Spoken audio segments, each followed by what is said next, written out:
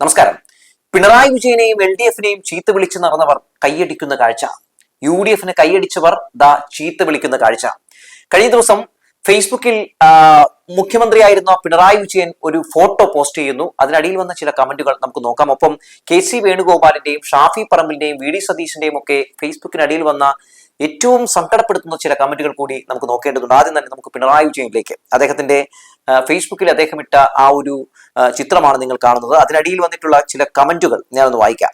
കൊറോണയും പ്രളയവും നിപ്പയും വയനാട് ദുരന്തവും ഒക്കെ പിടിച്ചുകുലുക്കാൻ നോക്കിയ 10 വർഷം താങ്കൾ നയിച്ചത് അതിഗംഭീരമായിട്ടാണ്. സഖാവെ, ഹൃദയത്തിൽ നിന്നുള്ള നന്ദി അറിയിക്കുന്നുവെന്ന് രേവതി രൂപേഷ് പറയുകയാണ്. അതായത് നമുക്കറിയാമല്ലോ, ഇപ്പോൾ റിസൾട്ട് വന്ന് ഒരാഴ്ച കഴിഞ്ഞു, ഇപ്പോഴും UDF-ന് കേരളത്തിന്റെ ഭരണം ഏറ്റെടുക്കാൻ കഴിഞ്ഞിട്ടില്ല, ഒരു സർക്കാർ ഉണ്ടാക്കാൻ കഴിഞ്ഞിട്ടില്ല. അനിശ്ചിതത്വം തുടരുകയാണ് സംസ്ഥാനത്ത്, ഭരണസ്തംഭനം തുടരുകയാണ്. ഈ സാഹചര്യത്തിൽ എത്രയോ ശരിയായിരുന്നു LDF എന്ന് ജനങ്ങൾ പറയുകയാണ്. നമുക്ക് നോക്കാം, മറ്റു ചില കമന്റുകൾ കൂടിയുണ്ട്. മറ്റൊരാൾ പറയുന്നു, ഒരു കൃഷ്ണകുമാർ പറയുന്നു, സഖാവെ, അങ്ങയുടെ വില ഏതാനും ദിവസങ്ങൾക്കുള്ളിൽ തന്നെ കേരളത്തിലെ ജനങ്ങൾ തിരിച്ചറിഞ്ഞുവെന്ന്.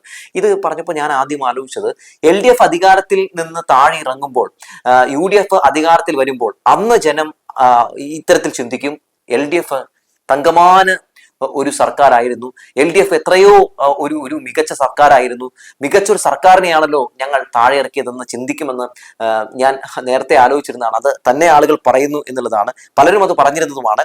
ഒരു ദീപ രാജേഷ് പറയുന്നു, 10 വർഷം ഞങ്ങളെ നെഞ്ചോട് ചേർത്ത് വെച്ച് ഒരു അല്ലലും അലച്ചിലും ഇല്ലാതെ ഇരുന്ന 10 വർഷം, ആ ഭരണത്തിന്റെ കീഴിൽ ഞങ്ങൾ സുരക്ഷിതരായിരുന്നു. ഇനി എന്ത് ചെയ്യും? ജനങ്ങൾക്ക് മനസ്സിലാകാതെ പോയി.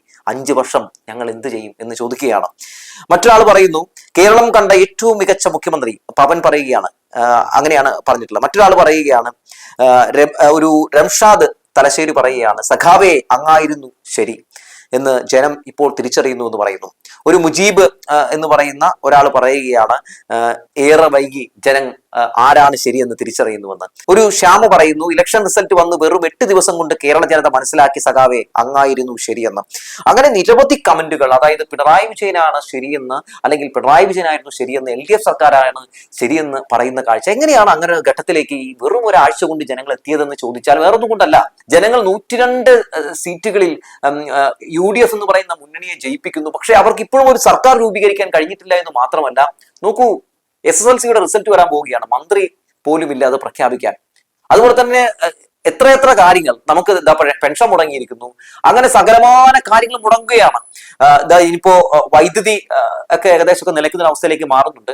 അങ്ങനെ മൊത്തത്തിൽ കേരളത്തിലെ LDF എന്ന് പറയുന്ന സർക്കാർ വലിയ രീതിയിൽ തന്നെ ഉയർത്തിക്കൊണ്ടുവന്ന എല്ലാ മേഖലകളും തകർന്നടിയാൻ പോവുകയാണ്. ചരിത്രത്തിൽ ആദ്യമായിട്ടായിരിക്കുമല്ലോ ഇങ്ങനെ മന്ത്രിയില്ലാതെ ഒരു പ്രഖ്യാപനം, ഈ പറയുന്ന SSLC ഫലം പോകുന്നു എന്നൊക്കെ കേൾക്കുന്നു. വരുമോ ദൈവത്തിനറിയാം. അതുപോലെ തന്നെ നോക്കൂ, സ്കൂൾ തുറക്കാൻ പോവുകയാണ്, പാഠപുസ്തകം കുട്ടികളുടെ കയ്യിലേക്ക് എത്തുന്നില്ല. അങ്ങനെ എല്ലാ ഇടങ്ങളിലും തകർച്ചകൾ, വലിയ രീതിയിലുള്ള കെടുകാര്യസ്ഥതകൾ, അങ്ങനെ പലതും നമ്മൾ കാണുകയാണ്. ഇത് നമ്മളെ ഏറെ ഭയപ്പെടുത്തുന്നുണ്ട്. കാരണം ഇത്തരത്തിൽ ഇങ്ങനെ മുന്നോട്ട് പോയാൽ എന്താകുമെന്ന് ചിന്തിക്കുകയാണ്. പക്ഷെ LDF-ന്റെ ഭരണകാലത്ത് എങ്ങനെയായിരുന്നു? സ്കൂൾ തുറക്കുന്നതിന് മുമ്പ് പാഠപുസ്തകങ്ങൾ എത്തുന്നു. അതുപോലെ തന്നെ SSLC റിസൾട്ട് പ്രഖ്യാപിക്കാൻ ഇവിടെ ഒരു മന്ത്രി ഉണ്ടായിരുന്നു. അതുപോലെ തന്നെ ഇവിടെ തകർന്നടിഞ്ഞ KSRTC എന്ന് പറയുന്ന മേഖലയെ ഉയർത്തിക്കൊണ്ടുവരാൻ ഒരു മന്ത്രി ഉണ്ടായിരുന്നു. ആ മന്ത്രിക്ക് ആ മേഖലയെ ലാഭത്തിൽ കൊണ്ടുവരാൻ കഴിഞ്ഞിരുന്നു. വൈദ്യുതി മേഖല വലിയ രീതിയിൽ തന്നെ നല്ല രീതിയിൽ മുന്നോട്ട് പോയിരുന്നു. ഈ പവർ കട്ട് എന്ന് പറയുന്ന സംഭവം എന്താണെന്ന് പോലും ഈ കഴിഞ്ഞ 10 വർഷം നമുക്ക് അനുഭവിച്ചറിയേണ്ടി വന്നിട്ടില്ല. അങ്ങനെ എത്രയെത്ര കാര്യങ്ങൾ നമുക്ക് എടുത്തു പറയാനുണ്ട് അല്ലെ. ഓരോ ഘട്ടങ്ങളിലും ആ സർക്കാർ താങ്ങും തണലും ഒക്കെ ആയിരുന്നു. പക്ഷെ എന്ത് പറയാനാണ്, ഈ പറയുന്നത് പോലെ ജനങ്ങൾ ഇനി ആ സർക്കാർ വേണ്ട എന്ന് വിധി എഴുതി. അത് UDF സർക്കാരിനുള്ള മമത കൊണ്ടോ പ്രേമം കൊണ്ടോ ഒന്നുമല്ല, ഒരു ചേഞ്ച്, അത് എപ്പോഴും നല്ലതല്ലേ എന്ന് ജനങ്ങൾ ചിന്തിച്ചു. ആ ചേഞ്ചിലാണ് ഇങ്ങനെ ഒരു വല്ലാത്ത ഷോക്ക് ട്രീറ്റ്മെന്റ് മലയാളികൾക്ക് ലഭിച്ചത് എന്നുള്ളതാണ്. ആ ഷോക്ക് ട്രീറ്റ്മെന്റ് കിട്ടി 8 ദിവസം കഴിയുമ്പോഴത്തേക്കും മലയാളികൾ പറയുന്നു, പിണറായി സഖാവെ തിരിച്ചു വരൂ, LDF തിരിച്ചു വരുമെന്ന്. പിണറായി വിജയൻ ഇനി പ്രതിപക്ഷ നേതാവിന്റെ കുപ്പായം ഇട്ടാകും ഇനി സഭയിലേക്ക് എത്തുക എന്നാണ് എനിക്ക് മനസ്സിലാക്കാൻ സാധിക്കുന്നത്. അങ്ങനെ സഭയിലേക്ക് പ്രതിപക്ഷ നേതാവിന്റെ കുപ്പായം ഇട്ട് അയാൾ വന്നാൽ സ്വാഭാവികമായും അയാൾക്ക് സംസാരിക്കാൻ കഴിയുക ജനങ്ങളുടെ ശബ്ദമായി മാത്രമാണ്. കാരണം കഴിഞ്ഞ 10 വർഷവും മുഖ്യമന്ത്രി എന്ന നിലയിൽ പിണറായി വിജയൻ സംസാരിച്ചത് ജനങ്ങളുടെ ശബ്ദമായി തന്നെയായിരുന്നു. ആ ശബ്ദത്തിൽ എല്ലാ വിഭാഗങ്ങളുടെയും ശബ്ദം ഉണ്ടായിരുന്നു. ഒരു വിഭാഗത്തിന് വേണ്ടി മാത്രം സംസാരിച്ച ഒരു വ്യക്തിയൊന്നും ആയിരുന്നില്ല പിണറായി വിജയൻ. അദ്ദേഹം എല്ലാവർക്കൊപ്പവും നിന്ന് എല്ലാവരുടെയും ശബ്ദമായി മാറി, ഈ നാടിന്റെ കരുതലും താങ്ങും ഒക്കെയായി മാറിയതൊക്കെ നമ്മൾ കണ്ടതാണ്. പക്ഷെ ചിലതൊക്കെ പറയാതെ പോകാൻ കഴിയില്ലല്ലോ. അപ്പൊ അങ്ങനെയൊക്കെ ആയിരുന്നു നിലവിലെ അവസ്ഥ.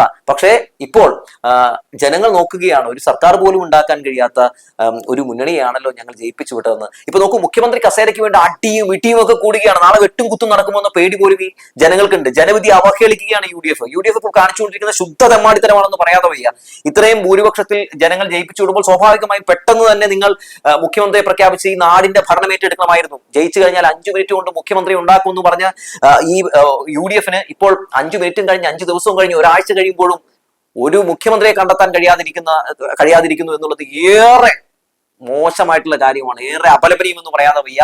ഇത് തീർത്തും ലജ്ജാകരം എന്ന് പറഞ്ഞു വെക്കുകയാണ്. ഇനി ഇന്നലെ കെ സി വേണുഗോപാലിന്റെ ഫേസ്ബുക്ക് പേജിൽ ചില കമന്റുകൾ വന്നതും ഏറെ ഞെട്ടിപ്പിച്ചു കേട്ടോ. കാരണം ഈ മങ്കടയില് ഇടിമിന്നലേറ്റൊരു 4 കുട്ടികൾ മരിച്ച കാര്യം നമുക്കറിയാമല്ലോ. അപ്പോൾ ആ കുട്ടികൾ മരിച്ചതുമായി ബന്ധപ്പെട്ടുകൊണ്ട് ആദരാഞ്ജലികൾ അർപ്പിച്ച് കെ സി വേണുഗോപാൽ ഇട്ട പോസ്റ്റിനടിയിൽ വന്നു നിറഞ്ഞ കമന്റുകൾ. സ്വന്തം പ്രവർത്തകർ പോലും സ്വന്തം നേതാക്കളെ തിരിച്ചറിയാൻ കഴിയാതെ ഏതൊക്കെ രീതിയിലാണ് ആക്രമിക്കുന്നതെന്ന് നമുക്കൊന്ന് കയറി നോക്കാം.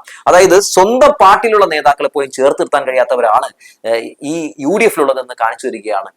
എത്ര മോശമായിട്ടുള്ള കമന്റുകളാണ് അതിലുള്ളതെന്ന് ഞാൻ ജസ്റ്റ് വായിക്കാൻ, ചിലത് മാത്രം വായിക്കാൻ കേട്ടോ. കാരണം ഭൂരിഭാഗവും അത്തരത്തിലുള്ള കമന്റുകളാണ്, എന്നാലും ചിലത് മാത്രമേ വായിക്കുന്നുള്ളൂ. മരണപ്പെട്ടവർക്ക് ആദരാഞ്ജലികൾ. 102 സീറ്റുകൾ നേടി അത്യുജ്വല വിജയം നേടിയ യു ഡി എഫ് സംവിധാനത്തെ മരിച്ച വീട് പോലെ ആക്കിയ താങ്കൾക്കും അനുശോചനം രേഖപ്പെടുത്തുന്നതാണ് ഒരു റസീസ് എന്ന് പറയുന്ന ഒരു ലീഗുകാരനാണെന്ന് തോന്നുന്നു ഇട്ടിരിക്കുന്നത്. സ്വാഭാവികമായി അങ്ങനെ ആക്കിയത് ആരാണ്? വി ഡി സതീശനാണ്. വളരെ രമ്യമായി പരിഹരിച്ച് തീരുമാനത്തിൽ എത്തേണ്ട ഒരു വിഷയത്തെ ഇത്രയും മോശമാക്കിയത് അത് വി ഡി സതീശൻ തന്നെയാണ്. നിയുക്ത MLA മാരും മറ്റുള്ള MP മാരും ഒക്കെ കെ സി വേണുഗോപാൽ മതി എന്ന് പറയുന്നുണ്ടെങ്കിൽ അതിലെന്തോ ഉണ്ടാകുമല്ലോ, വി ഡി സതീശൻ വേണ്ട എന്ന് പറയുന്നുണ്ടെങ്കിൽ അതിലെന്തോ ഉണ്ടാകുമല്ലോ, അത് ചിന്തിക്കാൻ പോലും പലർക്കും കഴിയുന്നില്ല എന്നുള്ളതാണ്. എന്തോ ആകട്ടെ. അപ്പോൾ അങ്ങനെ ഒരു കമന്റ് ഇട്ടിരിക്കുന്നു. മറ്റൊരാൾ പറയുന്നു, ഡൽഹിയിൽ ഇടിവെട്ടുന്നില്ലല്ലോ, അവിടെ ഒരു ഇടിവെട്ടിയിരുന്നെങ്കിൽ എന്ന് രാജീവ് എന്ന് പറയുന്ന ഒരാൾ പറയുന്നത്. അത്ര മോശമായിട്ടുള്ള കമന്റ് ആണെന്ന് നോക്കൂ. സ്വന്തം പ്രവർത്തകർ ഇടിവെട്ടി മരിക്കട്ടെ എന്ന് പറഞ്ഞു വെക്കുകയാണ്.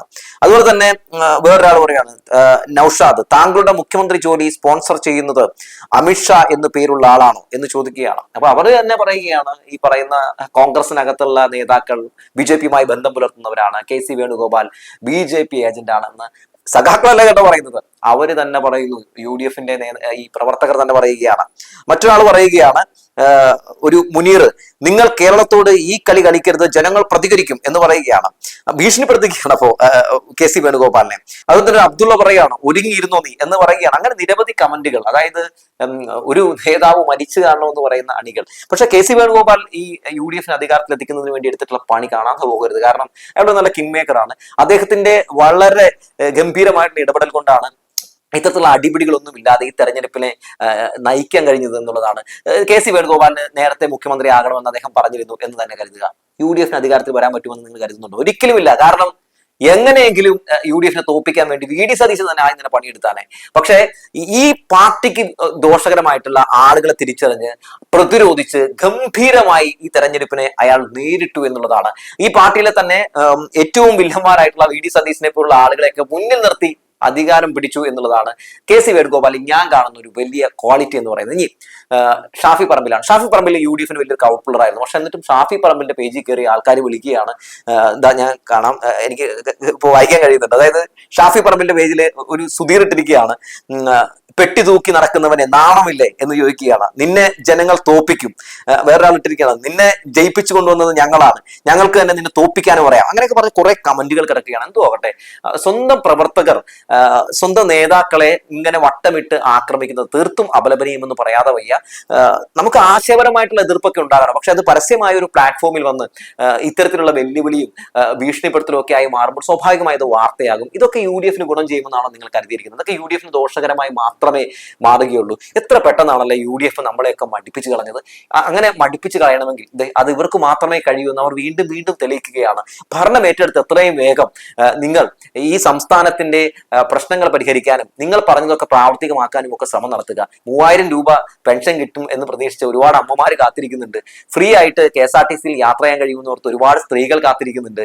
അതുപോലെ തന്നെ നിരവധി ആളുകൾ നിങ്ങൾ പറഞ്ഞത് മുഴുവൻ കാര്യങ്ങൾ പ്രാവർത്തികമാക്കുമെന്നൊക്കെ കരുതി പാവങ്ങൾ ഒത്തിരി പേര് കരുതി ഇങ്ങനെ കാത്തിരിക്കുന്നുണ്ട്. ആ കാത്തിരിപ്പൊന്നും വെറുതെ ആക്കരുതേ, അവരൊന്നും പറ്റിക്കരുതേ എന്ന് പറഞ്ഞു വെച്ചുകൊണ്ട് നിർത്തുകയാണ്.